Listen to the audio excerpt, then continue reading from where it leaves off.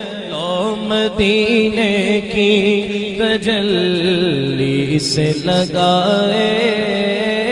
ہوئے ہیں لو۔ حضرت ابو ہریرہ رضی اللہ تعالیٰ عنہ سے مروی ہے کہ رسول اللہ صلی اللہ علیہ وسلم نے فرمایا، جس نے رمضان میں بحالت ایمان ثواب کی نیت سے قیام کیا، اس کے سابقہ تمام گناہ معاف کر دیے گئے۔ دل کو ہم لائے۔ حضرت ابو ہریرہ رضی اللہ تعالیٰ عنہ سے مروی ہے کہ حضور نبی اکرم صلی اللہ علیہ وآلہ وسلم نے فرمایا، جس شخص نے حالت ایمان میں اور ثواب کی نیت سے رمضان کے روزے رکھے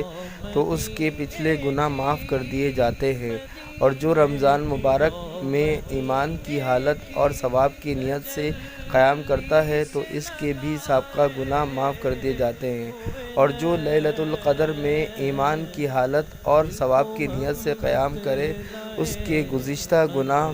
بخش دیے جاتے ہیں۔ مدینے کی تجلی سے لگائے۔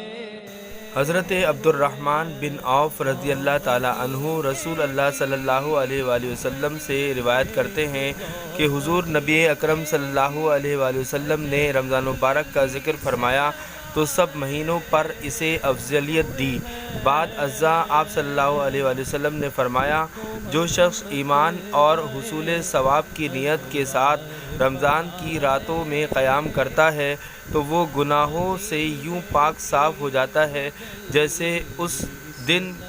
تھا یا اس دن پیدا ہوا ہو جب اسے اس کی ماں نے جنم دیا تھا۔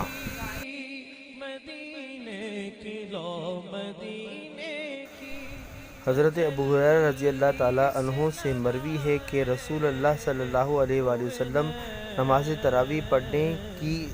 رغبت دلایا کرتے تھے لیکن حکماً نہیں فرماتے تھے، چنانچہ فرماتے کہ جس نے رمضان مبارک میں حصول ثواب کی نیت سے اور حالت ایمان کے ساتھ قیام کیا تو اس کے سابقہ تمام گناہ بخش دیے جاتے ہیں۔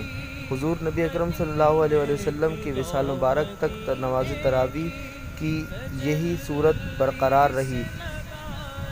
خلافت ابو بکر صدیق رضی اللہ تعالیٰ عنہ میں پھر خلافت عمر رضی اللہ تعالیٰ عنہ کے شروع تک یہی صورت برقرار رہی۔ حضرت امام مالک رضی اللہ تعالیٰ عنہ سے روایت ہے کہ انہوں نے ثقہ یعنی قابل اعتماد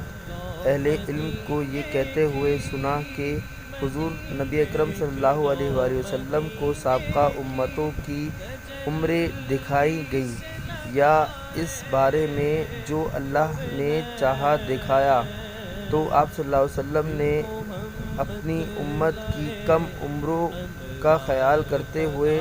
سوچا کہ کیا میری امت اس قدر اعمال کر سکے گی جس قدر دوسری امتوں کے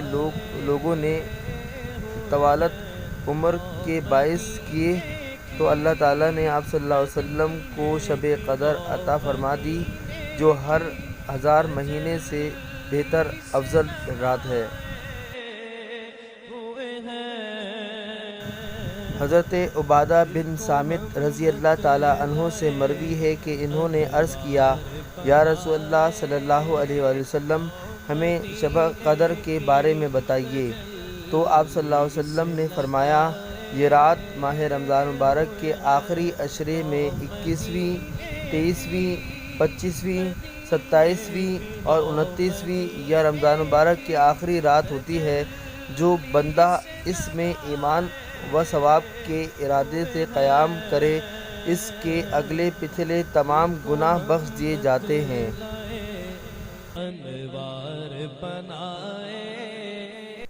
حضرت ابو ہریرہ رضی اللہ تعالیٰ عنہ سے مروی ہے کہ رسول اکرم صلی اللہ علیہ وآلہ وسلم ممبر پر تشریف فرما ہوئے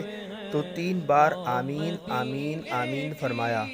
عرض کیا گیا، یا رسول اللہ صلی اللہ علیہ وآلہ وسلم، آپ ممبر پر جلوہ افروز ہوئے تو آپ نے آمین آمین آمین فرمایا، اس کی کیا وجہ ہے؟ آپ صلی اللہ علیہ وآلہ وسلم نے فرمایا، جبریل علیہ السلام میرے پاس حاضر ہوئے اور کہنے لگے جس شخص نے ماہ رمضان مبارک پایا اور اس کی مغفرت نہ ہو سکی تو وہ آگ میں گیا، اسے اللہ اپنی رحمت سے دور کر دے۔ اے حبیب خدا، آپ آمین کہیے۔ اس پر میں نے آمین کہا۔ اور جس شخص نے ماں باپ دونوں کو پایا یا ان میں سے کسی ایک کو پایا، ان کے ساتھ نیکی نہ کی اور مر گیا، وہ آگ میں گیا، اللہ تعالیٰ اسے اپنی رحمت سے دور کر دے۔ اے حبیب خدا، آپ آمین کہیے، تو میں نے آمین کہا۔ اور وہ شخص جس کے پاس آپ کا ذکر کیا جائے اور اس نے آپ پر درود نہ پڑھا، اسی حالت میں مر گیا تو وہ آگ میں گیا، اللہ تعالیٰ اسے اپنی رحمت سے دور کر دے۔ اے حبیب خدا، آمین کہیے، تو میں نے آمین کہا۔ حضرت عائشہ رضی اللہ تعالی عنہا سے مروی ہے، انہوں نے فرمایا جب ماہ رمضان شروع ہو جاتا ہے تو حضور نبی اکرم صلی اللہ علیہ وآلہ وسلم اپنا کمر بند کس لیتے اور پھر آپ صلی اللہ علیہ وسلم اپنے بستر پر تشریف نہیں لاتے تھے یہاں تک کہ رمضان گزر جاتا۔ دل کو ہم بتلائے انوار بنائے۔ حضرت عائشہ صدیقہ رضی اللہ تعالی عنہا سے مروی ہے، انہوں نے فرمایا کہ جب ماہ رمضان شروع ہوتا تو آپ صلی اللہ علیہ وسلم کا رنگ مبارک متغیر ہو جاتا، آپ صلی اللہ علیہ وآلہ وسلم نمازوں کی مزید کثرت کر دیتے اور اللہ تعالیٰ سے عاجزی و گڑ گڑا کر دعا کرتے اور اس ماہ میں نہایت محتاط رہتے۔ انوار بنائے مدینے کی تجلی سے۔ حضرت عبداللہ بن عباس رضی اللہ تعالی عنہما نے حضور نبی اکرم صلی اللہ علیہ وآلہ وسلم سے روایت بیان کی کہ آپ صلی اللہ علیہ وسلم نے فرمایا بے شک رمضان مبارک کی رات کے پہلے تیسرے پہر کے بعد یا آخری تیسرے پہر کے بعد ایک ندا کرنے والا ندا کرتا ہے، کوئی سوال کرنے والا کہ وہ سوال کرے تو اسے عطا کیا جائے، کیا ہے کوئی مغفرت طلب کرنے والا کہ وہ مغفرت طلب کرے تو اسے بخش دیا جائے، کیا ہے کوئی توبہ کرنے والا کہ وہ توبہ کرے تو اللہ اس کی توبہ قبول کرے۔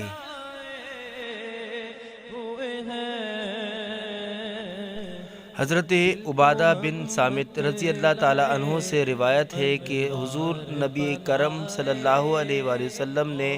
ایک دن فرمایا جب کہ رمضان مبارک شروع ہو چکا تھا، تمہارے پاس برکتوں والا مہینہ آ گیا ہے، اس میں اللہ تعالیٰ تمہیں اپنی رحمت سے ڈھانپ لیتا ہے، رحمت نازل فرماتا ہے، گناہوں کو مٹاتا ہے اور دعائیں قبول فرماتا ہے۔ اس مہینے میں اللہ تعالیٰ تمہارے دلوں پر نظر فرماتا ہے اور تمہاری وجہ سے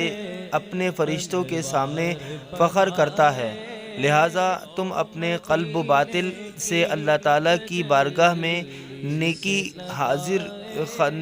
حاضر کرو، کیونکہ بدبخت ہے وہ شخص جو اس ماہ میں بھی اللہ کی رحمت سے محروم رہا۔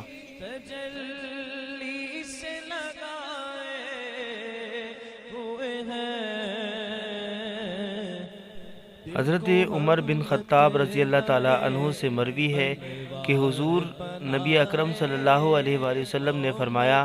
ماہ رمضان مبارک میں اللہ کا ذکر کرنے والا بخش دیا جاتا ہے اور اس ماہ میں اللہ سے مانگنے والے کو نامراد نہیں کیا جاتا۔